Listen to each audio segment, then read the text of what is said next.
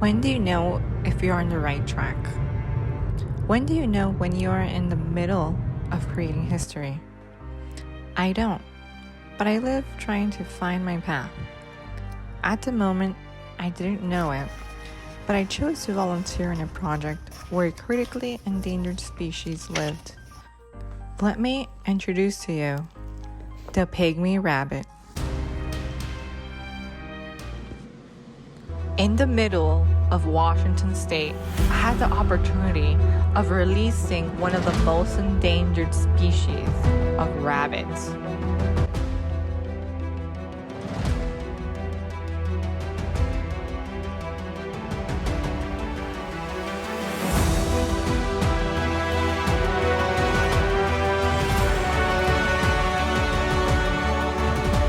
In the year 2021, when this was filmed, there were about only 100 pygmy rabbits left in Washington State.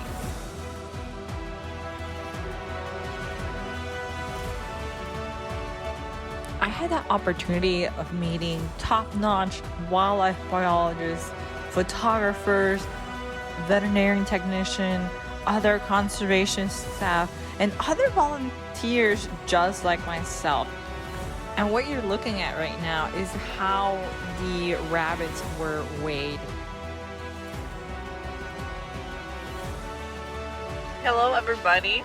So today I completed my first day working with the pygmy rabbits. I kind of want to document my first day, like what happened, because it's pretty interesting. They treated me really well. I arrived and I was going inside their pickup truck. Okay, that sounded really sketchy. So the meetup spot was the official Fish and Wildlife of the state. Like I knew, like, you know, they obviously had uniforms, and I went inside the building, and they took me to the site where the rabbits are, and it was really incredible how like fast and like I guess trusting they were. I literally met them through Twitter. Like that's how I found this like volunteer post. And they were very nice. They were grateful that I was gonna like help them out. They trained me pretty quick. Here, this is how you do like the wall. Time to grab some rabbits, because they were in pens, but like it's not pens what you would think in your brain. It's this huge field, and then it is kind of like fence, but it's very like it's not obvious that it's fence. So basically I arrive and I help them with rounding up. They call it rounding up the bunnies. They're the adults, and then they're the kits or the babies. For the babies, depending on a certain weight, they are going to release them in the wild, because for rabbits they age a little bit faster than humans. So when they're a certain weight, that means they're basically out of college. So then they're able to survive out in the wild. So we rounded up the bunnies, we weighed them, and then the ones that weighed a certain weight, we put them on a separate kind of like area, put them in boxes, like very special boxes, and then we took them to another location, which is the area that was designated, which was like reserved for them, for this special day to release these endangered species rabbits out into the wild again. It's pretty crazy that like I was on my first day involved and I actually released a pygmy rabbit into the wild. What? So it was pretty great. Now I will talk about the negatives, because that's what life is about, the balance of both and bad, good and bad. The car life has been really rough here. It's not very car life friendly, the area, because I'm gonna say the date today is June 7th. Obviously COVID exists, it's a thing, but in the cities it's definitely has opened up more compared to a rural area. So over here most things are still closed or partially open. So how I have survived is by libraries. So I usually go to a library to get Wi-Fi and charge my items, like my camera, like my laptop and things like that. This library even had the restroom closed. Let's just put it that way. It's very small library. You you can be there for as long as you want, but the tables for the computer, if I want to work on it's only for 30 minutes. It's a little bit rough. Luckily my boss, she told me, hey, like, if like she gave me the Wi-Fi passcode for their building so I can just like park outside. So that's what I'm about to do, because it's gonna be a little bit rough. I have gone to several parks and all the parks are super tiny. They barely have any amenities.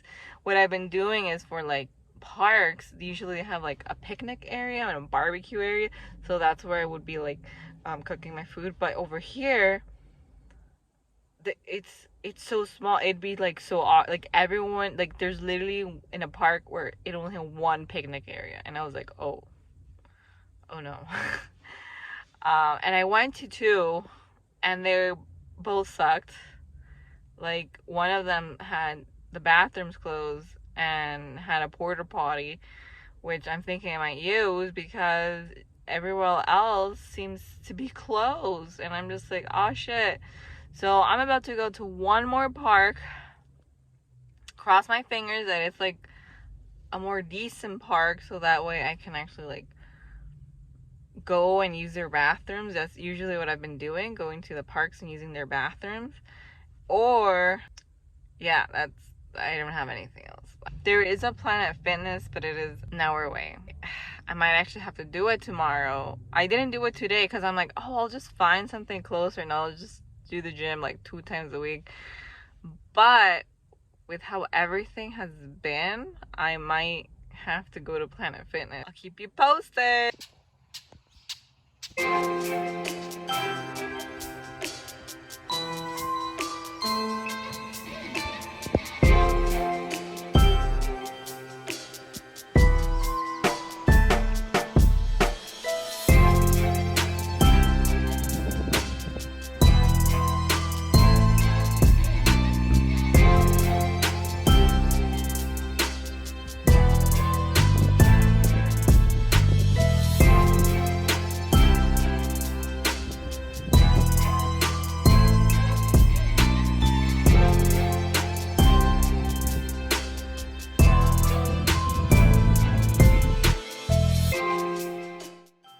Hello, it is 30 minutes until a job interview, and yes, I will do it in my vehicle because the libraries here in Washington do not have full spaces for you to have personal meetings or interviews. They are currently closed right now, so I'm about to do 2 interviews back to back in my vehicle. Let's see how it goes. This is wild. First one is going to be at 12 today, and then the next one will be tomorrow at 12:30. All right, if you want to see more, about my crazy experience living in my car while a pandemic is occurring, while I'm traveling and attempting to do field work, make sure to like, subscribe, comment, be like, hey Jackie, can you show us how to do this while you're living in your car? I'll do it. I'll show you guys my daily routine if you want to see that. Like, what does that even mean? I feel like every day is different. Keep you guys posted. This video is mostly for me. I don't know if I'm gonna post it for YouTube, but I just finished my interview for Arizona. I just did it in a McDonald's parking lot. Like, I'm not gonna lie to you right now. And it was funny because it was through Google Meetups. There were 2 guys that looked rough and tough, and like they looked tough. And then you see me, and I'm just like this clumsy. I mean, they don't know that. They don't know I'm clumsy. I just said that my biggest strength was being reliable, which is true. I tend to be reliable. They asked me, the questions were actually not that bad. All they asked was like, can you do this role? Do you have like a vehicle?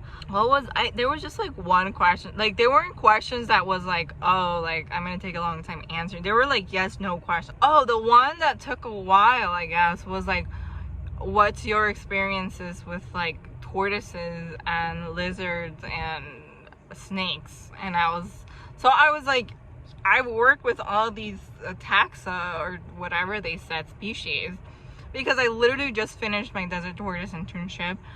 I worked with snakes when I was a coordinator at the Lehigh Valley Zoo, working with like Wilma python, and I said Wilma python because I'm like, I got bit by that snake, so I am going to milk it. But I work with a lot more. Burmese python, which is your basic snake, and I worked with a bunch of lizards, but the only one I could think of at that moment was the bearded dragon, which is such a sad lizard to me because it's so like basic. Like, I should have said blue tongue skink. I just thought about that right now, but I was like so nervous. And the main guy, he was his name. I'm probably gonna bleep that out. He was very chill. He seemed like a very chill dude. But then the other guy, I was like, he looked a little bit intimidating. But I'm sure he's a teddy bear. He just looked like a big guy, and I was like, oh, can I do this? Like, I mean, I know I can because I finished the training at my other position. But anyways, did the interview. We'll see what happens. But yeah, I asked them like, what was the biggest challenge? What else did I ask? I asked them about the other, okay, because you could work on other projects, and I want to know what the other projects were, because I'm like, yo, if I can work with other mammals, you know, because I said that I was, oh yeah, they said, why do you want this position? That's another question they asked me, and I said I was passionate for desert tortoise, which is, you know, it's true. I love endangered. I mean, they're threatened, but I love working with just like outdoor animals, and tortoises are actually kind of, they're actually pretty cool. You know, I'm not gonna be like, I actually really want to work with like cougars or like jaguars. You know, those are completely different species. They don't need to know that. This is my in, you know, this is my in. So yeah, let's see what happens. And today I got an email for another interview. What interview? I have to respond. I haven't responded yet because I was preparing for this interview. So now I have 3 interviews. Well, I guess I just did 1 interview, so then I have 2 more to do. There was a moment I was a little bit worried that I was not getting any responses from people, but now it's like, oh shit, they're calling me. People are calling me. But yeah, I felt a little bit weird for this desert tortoise. Like, I'm gonna be real and be honest and say I feel a little bit weird about this desert tortoise position because they look a little bit intimidating.